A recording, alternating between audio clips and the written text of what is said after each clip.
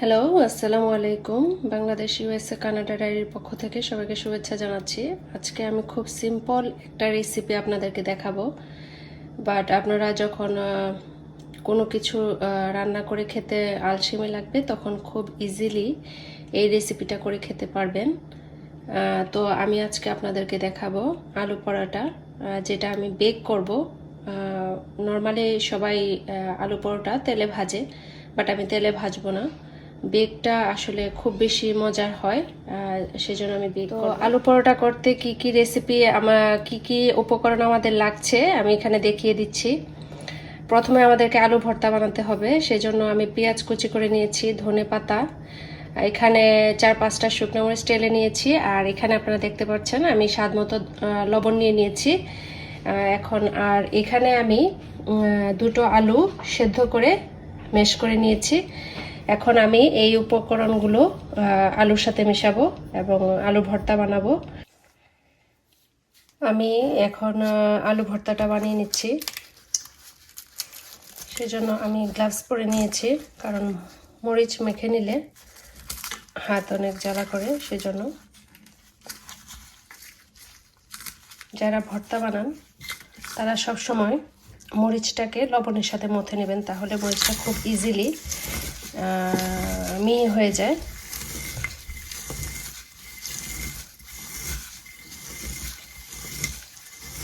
দেখেন খুব সহজে মরিচের পাতাগুলো মিহি হয়ে গিয়েছে। এখন আমি সব একসাথে মেখে নেব।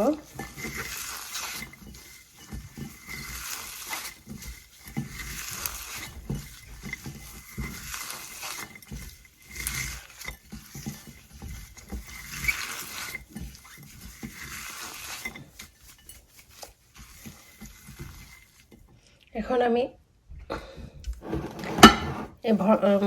ধনেপাতার মাখানোটা আলুর উপরে দিয়ে দিচ্ছি। আসলে আলু ভর্তাটা খুবই ইজি, যে কেউ বানাতে পারে। সো তারপর আমি দেখিয়ে দিচ্ছি।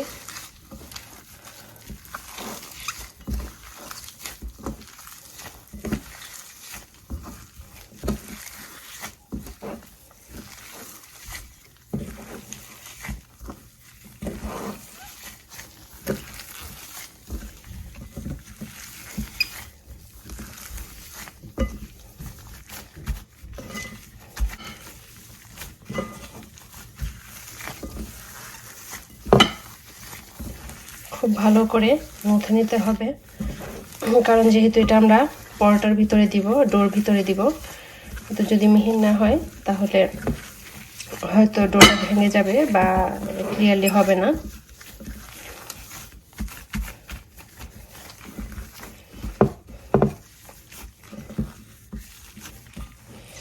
আলু ভর্তাটা বানানো হয়ে গিয়েছে।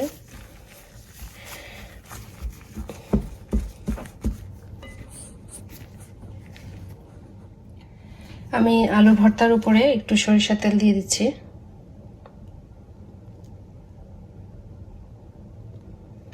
সরিষার তেল আসলে আলু ভর্তাটাকে আরো বেশি মজাদার করে। আমি ভালো মতো মেখে নিচ্ছি।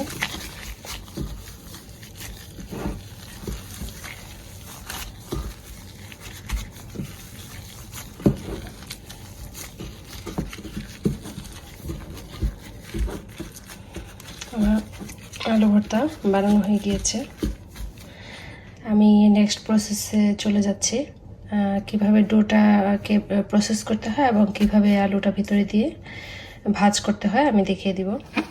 আলু পরোটার ডোটা, পিজা ডো যেটা, সেটাকে আমরা এখন একটু প্রসেস করে নেব। এটা হচ্ছে ডো, আর একটু তেল দিয়ে নিয়েছি, সয়াবিন তেল।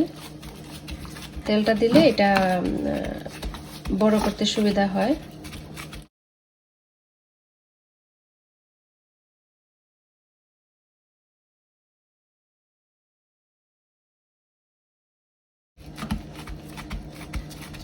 এভাবে আলু পরোটা করে খেয়ে দেখবেন, খুবই মজা। যেটা আপনি তেলে ভেজে খাবেন ওটা আসলে তো টেস্টি হয় না।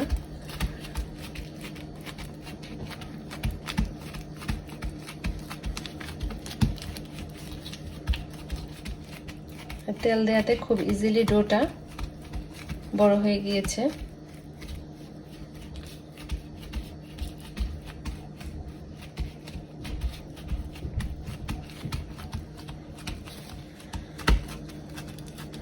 দেখেন কিভাবে আমরা হাত দিয়ে করে ফেলেছি। আপনি ইচ্ছা করলে এটা বেলুন দিয়েও বেলে নিতে পারবেন, এটা আপনাদের উপরে যে কে কিভাবে করতে চান। তবে হাত দিয়ে করলে বেশি তাড়াতাড়ি হয় আমার কাছে মনে হয়।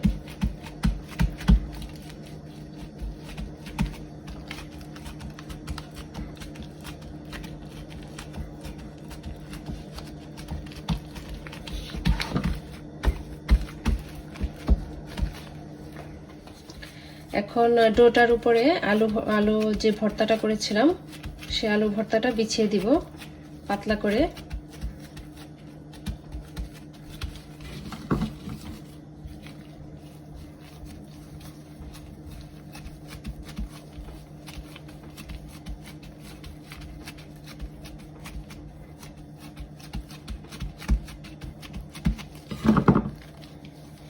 এভাবে আলু পরোটা করে খাবেন এবং আমাকে কমেন্টে জানাবেন কেমন হয়েছে, যদি আপনাদের ভালো লেগে থাকে।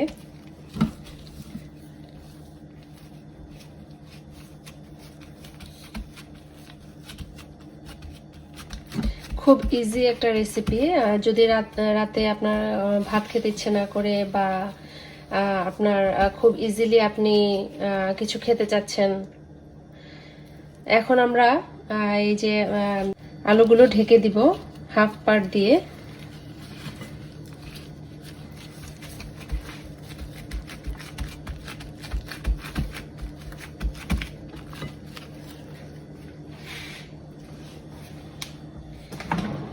এখন আমরা একটা কাটার দিয়ে সাইডগুলো কেটে দিব, তাহলে দেখতে সুন্দর লাগবে আর পরোটাটাও একদম সমান হবে।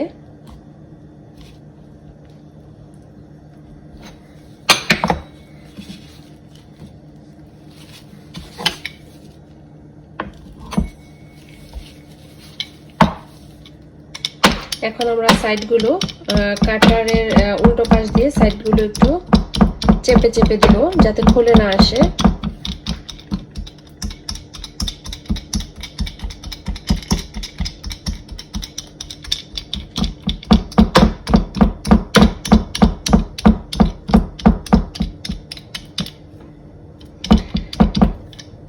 হয়ে গিয়েছে আমাদের আলু পরোটার ডোটা বানানো।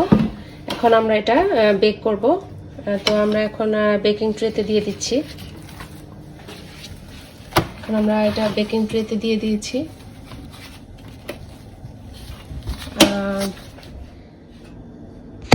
আমরা এখন ডোটাকে ওভেনে দিয়ে দিচ্ছি 400 ডিগ্রিতে ব্রয়েলে।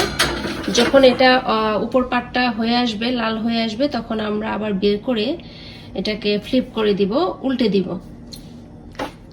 এখন আলু পরোটাটার কি অবস্থা আমি আপনাদেরকে দেখাচ্ছি। দেখেন অলমোস্ট উপরটা লাল হয়ে গিয়েছে, একটু লাল লাল হলে মচমচে হয়। এখন আমরা এটাকে একটু ফ্লিপ করে দিব, কারণ উপরের অংশটা মোটামুটি হয়ে গিয়েছে। এখন নিচের অংশটা ফ্লিপ করে উল্টিয়ে দিব। উল্টিয়ে দেওয়ার পরে দেখাচ্ছি আপনাদেরকে। এখানে আলু পরোটা যেটা দেখিয়েছিলাম সেটা আমরা উল্টে দিয়েছি। এখন আবার ওভেনে দিয়ে দিচ্ছি।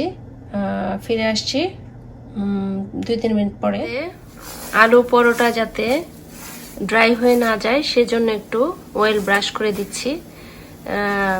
আপনারা এটা সয়াবিন তেলই ব্রাশ করে দিতে পারবেন, কোনো অসুবিধা নাই, তাহলে আলু পরোটাটা ড্রাই হবে না। এখন ওভেন থেকে আলু পরোটাটা বের করে নিচ্ছি। আলু পরোটা হয়ে গিয়েছে, দেখেন কত সুন্দর কালার হয়েছে, খুব সুন্দর একটা কালার এসেছে।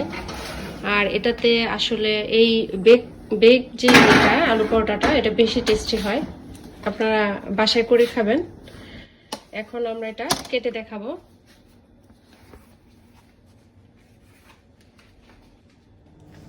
এখন পরোটাটা কেটে দেখাচ্ছি আপনাদেরকে। এটা পিস পিস করে খাবেন।